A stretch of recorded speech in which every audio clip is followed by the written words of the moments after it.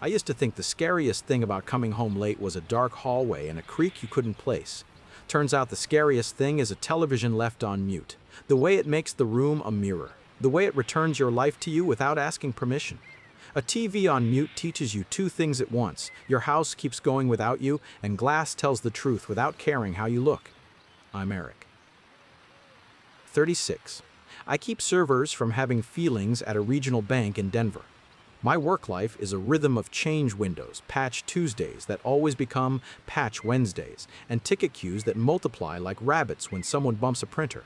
I like checklists that finish, RAID arrays that heal, and the holy quiet of a green status page. Melissa was my wife, is 34. Event coordinator for a luxury auto group with showrooms that smell like leather, espresso, and a very specific kind of ambition. She can turn chaos into choreography. Her superpower is making 10 people believe they're the most important person in the room at the same time. People like Melissa don't just move calendars, they move rooms. If you'd asked me 6 months earlier what our marriage felt like, I would have said a good boot you forget you're wearing. Comfortable, a little scuffed, get you where you're going. We had rituals.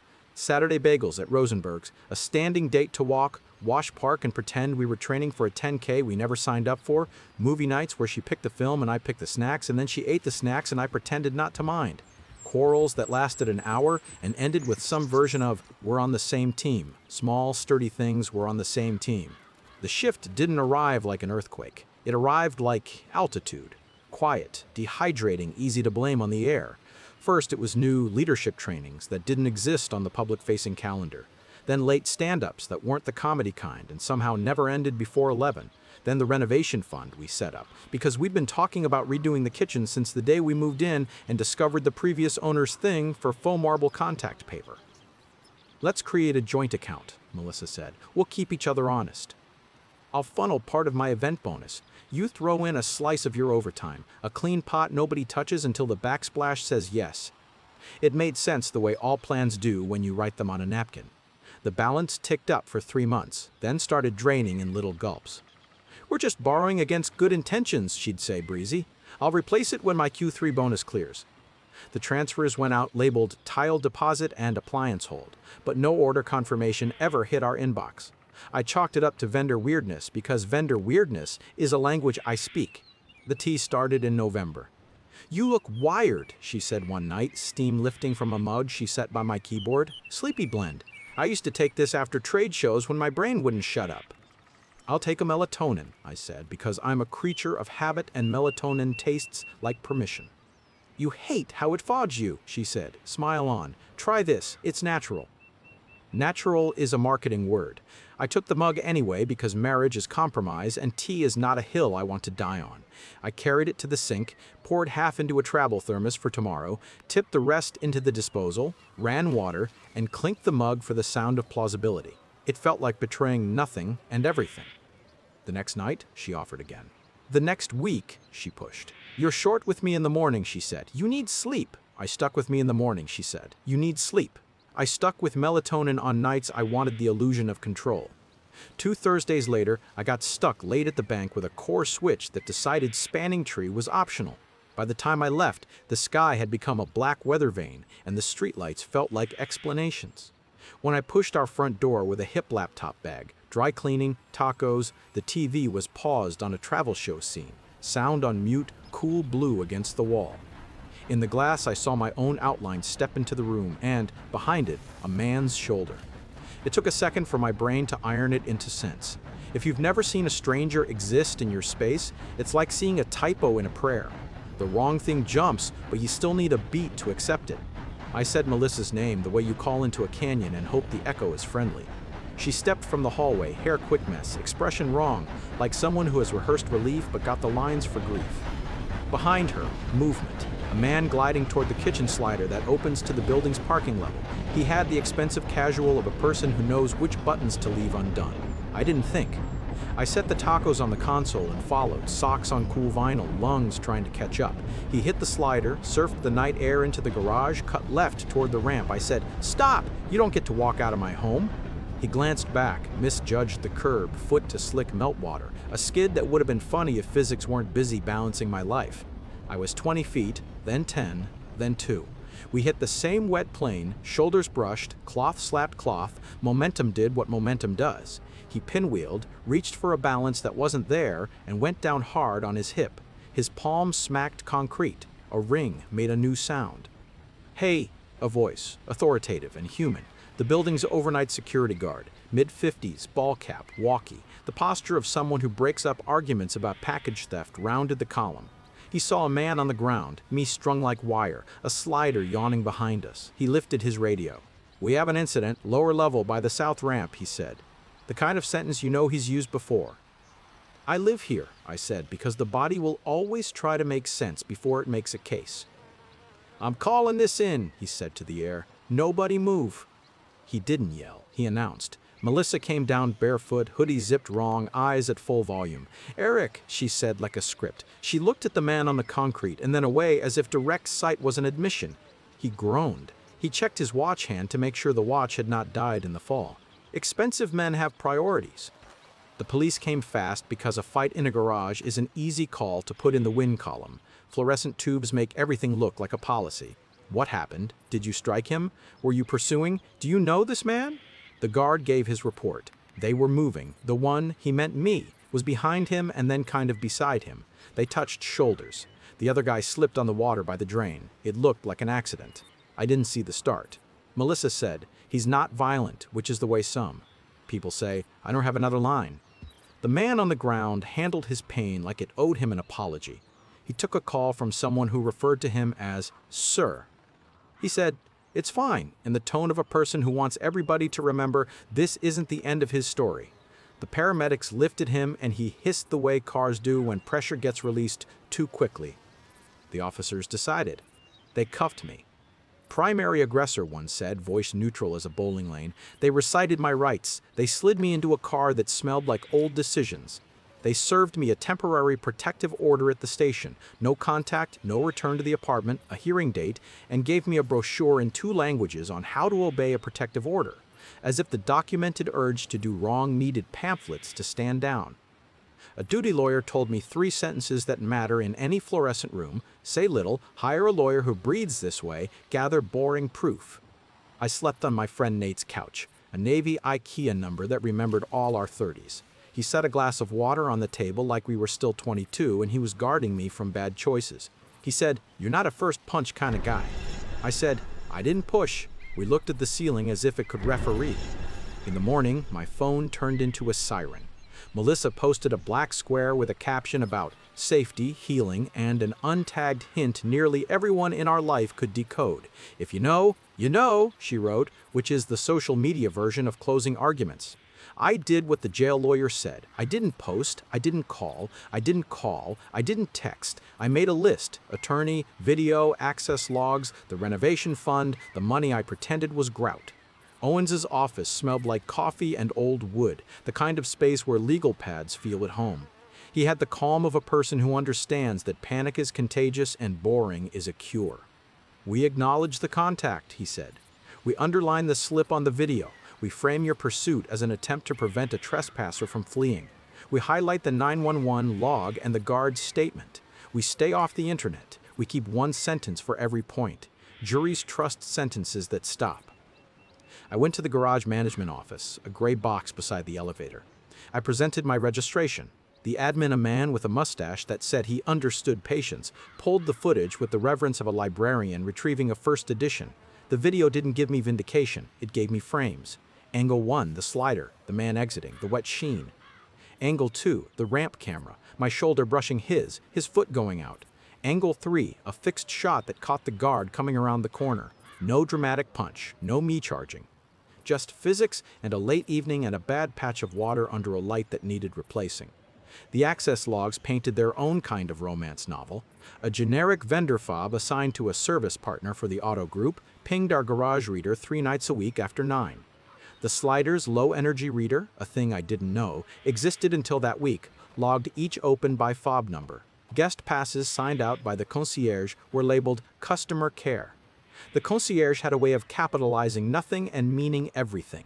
The logs told a story a compliance officer would salivate over. The renovation fund was a familiar disappointment, the withdrawals in their fake noble drag.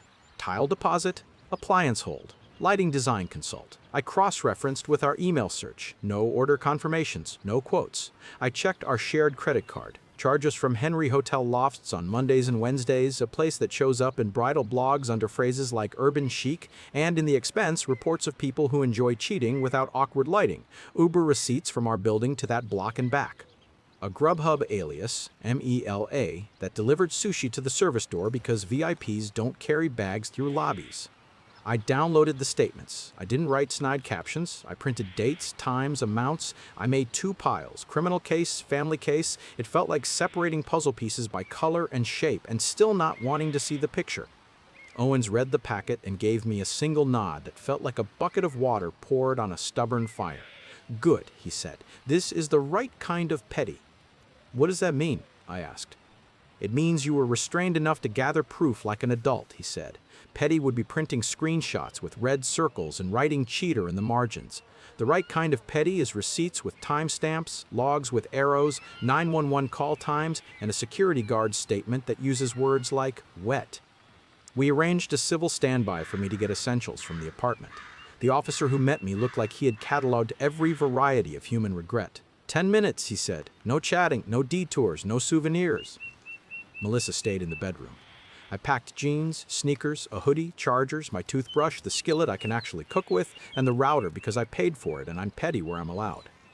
On my way out, I saw a banker's box labeled renovation ideas in Melissa's handwriting. Inside, glossy printouts of backsplashes we were never getting. I wanted to take one as a joke and put it on my wall. I left it. Not everything has to be evidence. The prosecutor assigned to the case had the gravity of a person carrying a quota and the ethics of a person who remembers people live under those quotas. He watched the video. He read the guard's statement. Disorderly conduct, he said. Misdemeanor deferred. You take a de-escalation class, pay a fine, stay clean, we dismiss. No admission of intent to harm. The protective order stays until your hearing. Then we adjust to mutual no contact pending divorce. You push for trial. You risk a judge who had a bad lunch. Owens nudged my knee under the table. Small is ideal, he said. Take the small. You don't need to be right in a way that makes you wrong for 6 months. I took the small. I took the class. I sat in a community center with 12 men and 1 woman and a counselor who used phrases like, when you feel the wave, count 4 breaths. It felt kindergarten until the second week when a guy whose job is to survive drunk people during Broncos games said, I learned my voice has a volume control and I realized I had waited my whole 30s to hear a sentence like that out loud. While the criminal part trundled toward its quiet end, the family part began. I filed for divorce through Owens's partner, a woman named Amelia who looked at life the way I look at logs, as something that wants to be parsed. No kids meant fewer knives. It didn't mean no cuts. We asked for a fair split, for me to keep the condo I'm paying on, for both of us to leave with what we brought, minus what we siphoned, and for Melissa to return the renovation funds she labeled as tile. We included a clause about no spousal support. We wrote the draft in language that reads like bureaucracy because bureaucracy is a better friend than anger. Melissa posted more. Black and white selfies with quotes about finding your voice. A carousel about boundaries, the first slide, a picture of a fence in winter. If the internet were a person, I would have told it to take a nap. Her friends circled, some with hearts, some with daggers, most with the weird mix of pity and hunger people deploy when a familiar drama finally has a protagonist. I did not answer. The only thing I posted was a photo of a grill I was fixing because the igniter refused to ignite. It got 9 likes, 4 from men who also own wrenches. Then compliance happened where I couldn't see it but could feel it. VIP clients are gravity in luxury retail. Their orbits bend rooms. The dealership issued an internal memo about off-hours access and vendor badges, a paragraph that read like a threat in a nice shirt. A friend of a friend in service texted me a single line. Your situation might have solved our boundary problem. I didn't ask for details. I don't want to be the reason someone in lot prep loses a shift. I heard from a different direction. A cousin's coworker's wife. The city is a village, that the VIP vanished from public-facing events, and that Melissa's spring launch responsibilities evaporated into a shared spreadsheet. HR words like reassigned and performance alignment floated around her desk like air freshener that only made the smell louder. I had a day in mediation circled on the calendar, an appointment that felt like a root canal. You book because your future self deserves not to be in pain. The mediator was a woman with reading glasses on a chain and a voice like winter sunlight, cold, bright, good for clarity. "You brought documents?" she asked. I slid the packet across the table. "Not to humiliate," I said, "to draw a map." She laid out sticky notes like mile markers. Condo, cars, retirement checking, the guilty fund with the innocent label, Uber charges, hotels. She didn't ask why, because mediation is a place to finish, not a place to rediscover your origin story. Melissa's attorney tried to spin. "He pursued my client's friend into a garage," she said. "He has a charge." "My client accepted a deferred misdemeanor with no admission of intent to harm," Owen said, voice level. "There is video of a slip and a guard's statement." Meanwhile, the renovation account shows transfers mislabeled as home improvement that correspond precisely to hotel receipts, Uber logs, and vendor access to their building. If we need to go to court, we can, but my client would rather not. He is asking for the money back and for both parties to walk with their own retirements. Melissa kept her eyes on the table, picked at a cuticle, said nothing. Silence is the most honest sentence people can manage when they're tired of hearing the lie out loud. The mediator nodded the way good carpenters nod when the wood finally lines up. We spent 3 hours turning grief into rose. Condo to me with a refinance in 6 months. Her car to her, my car to me. Retirement accounts left alone. Joint checking split 60-40 in my favor to reflect the renovation siphon. No spousal support, no PR. Mutual non-disparagement, which is legal for keep your thoughts off the internet and out of group chats. Melissa's family ran out of narratives. Her mother sent me lasagna and the sentence, "I am sorry," on stationery that smelled like the house they still host Easter in. Her older sister, who used to call me baby brother, texted me, "I don't know how to pick sides when the map keeps moving." I said, "You don't have to pick a side, just don't build a camp on a lie." She sent back a heart and a screenshot of a dog she fosters because that's the kind of peace some people can hold. The VIP became what VIPs become when light finds them, folklore. The shop guy said he'd switch to a competitor up north where the espresso is worse and the policies are softer. HR led a training with a title like Respectful Spaces that made salespeople roll their eyes until compliance added the line, "Leadership will be evaluated on adherence," and the eye rolls learned gravity. The class I took, mandatory de-escalation, gave me a thing I didn't expect to keep, a breath I can count. The instructor, a guy with shoulders like Crisis and a voice like a coffee shop at 8 a.m., taught us to narrate our feelings to ourselves with the kind of words we reserve for very young or very old people. "I feel heat. I will wait to speak. I can leave." It sounds saccharine. It isn't. There's a moment on a Wednesday in King Soopers where a man misreads your step and calls your existence an inconvenience. You feel the wave, you count, you let gravity work, you still get your rotisserie chicken. Sometimes the story wants to become a scene, and you have to let it. A week after the plea, I ran into the building's security guard in the lobby by the mailboxes. He raised a hand and said, "How'd it go?" Not like gossip, but like community maintenance. "Ended," I said. He nodded. "That guy," he said, chin toward the memory of the ramp, walked like the world owed him slow motion. Those are the ones who slip. We smiled because metaphors make work feel less like work. I also had the not-so-glamorous moment of sitting across from an insurance adjuster regarding the man's fall. He wanted words like negligence. I gave him words like wet floor, camera angle, the distance between bodies at the moment of the slip. He sighed and said, "You're not giving me what I need to be mad at you." I said, "I'm giving you what's true." He said, "Those are not always the same." The claim went somewhere I don't live. If it rises again, it will knock on a door with my attorney's name on it. There's a version of this story where I become a TikTok, where I narrate my pain in a car and the comments choose teams like a high school pep rally. I get it. The internet rewards people who light themselves on fire and call it a statement. I wanted peace more than I wanted points. Peace is quiet paper, boring rooms, signatures, and a calendar that goes to sleep at a decent hour. There's a version where the judge gives me conditional discharge and Melissa wires back most of the money and the VIP stops being a noun. That's the version I live in. There's a version where the charge is a misdemeanor I carry for 6 months, like a stone in my pocket until it gets ground into dust. The divorce is quick. I keep the home and the router. She tries PR. The chain of passes, rides, and hotels pulls the mask right off. That's also the version I live in. They're the same. They're just different angles of a camera that doesn't mind being wrong for a second if the next frame fixes it. After it all, the condo sounded different. It's not that it was emptier. It's that the echo belonged to me. I hung one picture I'd been meaning to hang, and suddenly the wall felt like it forgave me. I replaced the fridge filter. I learned to make an omelet without tearing it in the middle. I ran stairs until my legs stopped arguing with winter. I put a sticky note inside the cabinet with a Tylenol that says, "Cameras don't sympathize, they count seconds. It's not a threat. It's a reminder to build with things that don't need you to explain them to be on your side. It's not that it was emptier. It's that." Melissa texted me once, months later, a message that read like a weather report. I started consulting. It's fine. I didn't respond because not every sentence needs a listener. I wish her therapy and sleep. I want her to learn that stability is not a man, a signature, a hotel room, or a VIP's promises whispered over a martini.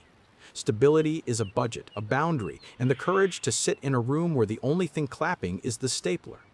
I'm not a hero. I didn't solve a crime. I followed a man into a garage because my nervous system said my home is not a revolving door. He slipped. I got arrested. I hired a lawyer who loves receipts. I let the video talk. I fixed my life in the uncinematic way that lives past the credits. That's all. Would you have followed him? Would you have let the insult leave through your slider and pretended you could sleep beside that echo? Or would you have done what I did?